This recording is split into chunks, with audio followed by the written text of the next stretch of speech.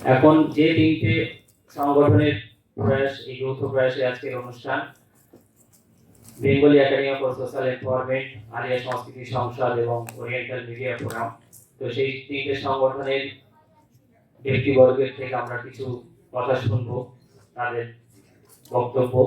প্রথমেই দেশের পক্ষ থেকে আহ্বান করব Kabita Azad madam, Aliah university assistant professor, department of geology. Kabita ম্যাডামকে অনুরোধ করছি দেশের পক্ষ থেকে তার বক্তব্য পেশ করার জন্য। আসসালামু আলাইকুম। আমি Bengali academy for social environment, আজকে যে তিনটে অর্গানাইজেশন আছে তার মধ্যে একটি যার কর্মকাণ্ডের সঙ্গে যুক্ত আছি। আমি Sheikh Kabita, assistant professor, department of biological sciences, zoology শিক্ষক। তো Bengali academy for social Environment, যেটি বেস নামে পরিচিত, এটি যখন ফরমেশন হয় তার অন্যতম লক্ষ্য ছিল প্রান্তিক মানুষের সামগ্রিক উন্নতি সাধন। বলা বাহুল্য, পশ্চিমবঙ্গে প্রান্তিক মানুষ বলতে আমরা মূলত মুসলমান সমাজই বৃহত্তর জনগোষ্ঠী এখানে প্রান্তিক হিসেবে। তো তাদেরকে ঘিরে আবর্তিত দেশের কর্মকাণ্ড, যদিও তারা মানে এই নয় যে দেশ অন্য কোনো বঞ্চিত বা প্রান্তিক মানুষের পাশে নেই।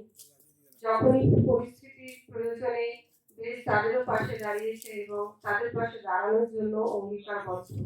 কিন্তু বর্তমানে আমাদের কাজকর্ম প্রান্তিক মুসলমান জনগোষ্ঠী নেই।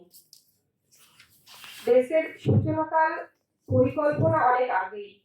মূলত আমি দেশের সঙ্গে বেশ নাম তখন ছিল না, এদের কর্মকাণ্ডের সঙ্গে যুক্ত হয়েছি 2013 সালে। তখন মূলত অনলাইন কাজকর্ম ছিল, কিছু পরিস্থিতি ভিত্তিক কাজকর্ম ছিল, সেভাবে অতটা অর্গানাইজড হতে ছিল না। অফিসিয়ালি 2018 সালে এটি ট্রাস্টে অন্তর্ভুক্ত করা হয়, নভেম্বর মাসে রেজিস্ট্রেশন হয়। তখন কোনো নিজস্ব অফিস ছিল না, কিন্তু অফিস না থাকলেও তার কার্যক্রম অব্যাহত ছিল এবং এই বিশ্বাসের সাথে যে প্রান্তিক মানুষের জীবনে কোনো ইতিবাচক পরিবর্তন আনা যেতে পারে।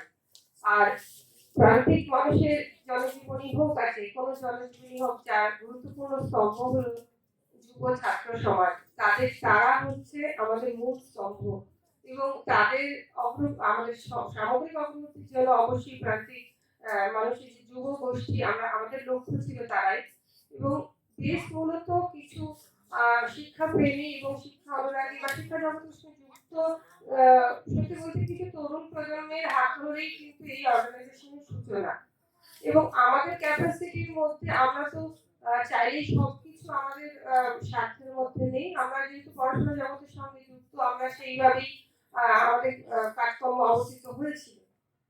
কিন্তু মূলত রিসার্চ কোর্স বা বিভিন্ন চাকরির পরীক্ষার জন্য যে প্রশিক্ষণ, গাইডেন্স, এর পাশাপাশি ক্যারিয়ার গাইডেন্স, এই প্রসঙ্গে বলে রাখি একটা আমাদের বইও আছে যেটাতে বেস্ট ক্যারিয়ার কাউন্সিলিং বুক, সেটাতে কিভাবে পরবর্তীকালে মাধ্যমিক উচ্চ মাধ্যমিকের পর কিভাবে পড়াশোনা করা যায় সেই সম্পর্কে বিভিন্ন বিস্তারিত তথ্য আছে। বিখ্যাত বিভিন্ন ইনস্টিটিউশনের প্রফেসররা এটিতে তাদের অবদান রেখেছে, তারা লিখেছেন বিভিন্ন কোর্স নিয়ে। তো এভাবেই চলছিল কাজকর্ম শিক্ষা জগতে গিয়ে। কিন্তু পরিস্থিতির প্রয়োজনে, যেটা কখনো বেশ করবো ভাবেনি, পরিস্থিতির প্রয়োজনে কখনো আমাদের অন্যরকম কাজকর্ম করতে হয়েছে। যখন এই বাকি সমস্ত কিছু প্রাপ্ত হয়ে যায়, যেমন করোনা বা আমফান বা এনআরসি যে হুমকি, সেই সময় আমাদের কিন্তু বাকি কাজকর্ম ফেলে পরিস্থিতি ভিত্তিক ইভেন আমাদের কোভিড হেল্পলাইন খুলতে হয়। সেখানে আমাদের যে ডক্টর, যে মেম্বাররা, তারাও দেশের সঙ্গে আছেন, তারা অনেক হেল্প করেছেন। কোভিড হেল্পলাইনের কাজ মানে তখন পরিস্থিতি প্রয়োজনে করতে হয়। আমাদের প্রফেসররা সুন্দরবনে দ্বীপে গিয়েছেন ত্রাণ নিয়ে আমফানের সময়। 24 পরগনা বিভিন্ন জেলায় তারা ত্রাণ নিয়ে চলে গেছেন। তারা তখন শিক্ষা মানে অন্য কাজকর্ম, পড়াশোনার কাজ সেই সময় আমাদের মনে হয়েছে যেটা প্রায়োরিটি বেসিসে আমরা কিন্তু সেই কাজকর্ম করেছি, যদিও আমাদের মূল লক্ষ্য কিন্তু অবশ্যই শিক্ষা কেন্দ্রিক।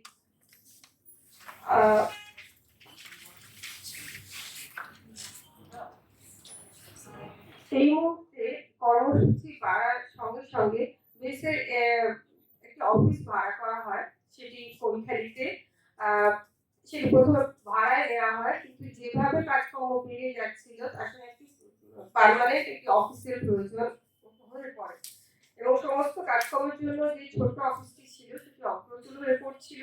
কারণ দেশের নেট সেট ক্লাস, তাছাড়া দেশের যে জরুরি প্রশিক্ষণ পরিচালনার জন্য, কমিউনিটি মিটিং করার জন্য প্রশিক্ষণ কক্ষ এবং কনফারেন্স রুমের প্রয়োজন, যেটি আমাদের ওই অফিসটি অপ্রতুল হয়ে পড়েছিল। তাই জন্য অত্যন্ত আনন্দের সঙ্গে জানাচ্ছি যে 2022 সালে বেশ তাদের একটি নিজস্ব অফিস করতে পেরেছি। অবশ্যই সহায়তায় আমরা অনুদান ভিত্তিকই বিভিন্ন যে সহায়তার ব্যক্তিদের বা সহযোগীদের দ্বারা যে প্রদত্ত অনুদান তার দ্বারা এটি সম্ভব হয়েছে।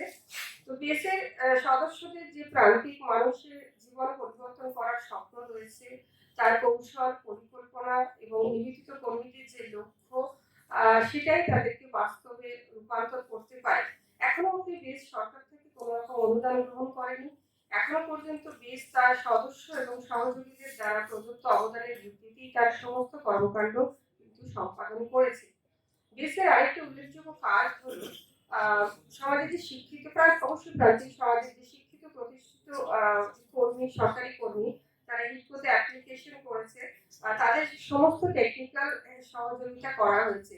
এটির মাধ্যমেও দেশের একটু বিস্তৃতি বেড়েছে এবং গ্রামের যে প্রান্তিক মানুষ তাদেরকে মূলধারার যে নাগরিক জীবন তার সঙ্গে একটা যোগাযোগ সাধনের একটা চেষ্টা করা।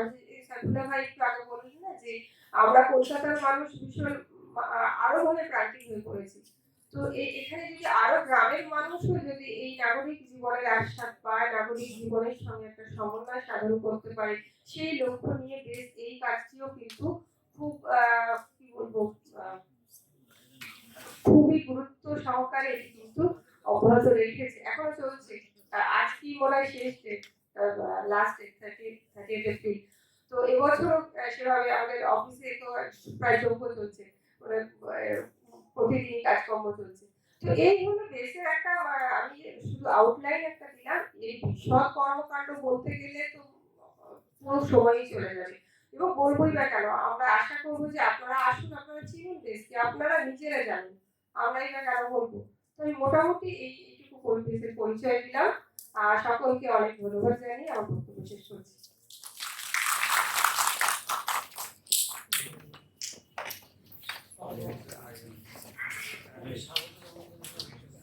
অসংখ্য শুকরিয়া কবিতা দিকে।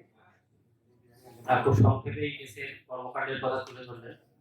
এটা খুব সত্য যে দেশের সমগ্র কর্মকাণ্ড তুলে ধরতে অনেক সময় সাপেক্ষ ব্যাপার এবং আমরা সেটা চাইও না সবার সামনে এটাকে সেল করতে। একদম কোর্ট সেলের কথাই বলছি। আমরা চাই আপনারা দেশের সাথে আসুন, দেশের কর্মকাণ্ডের সাথে যুক্ত হন, আমাদের সাথে থাকুন, একসাথে আমরা কিছু নতুন কিছু করার চেষ্টা করি।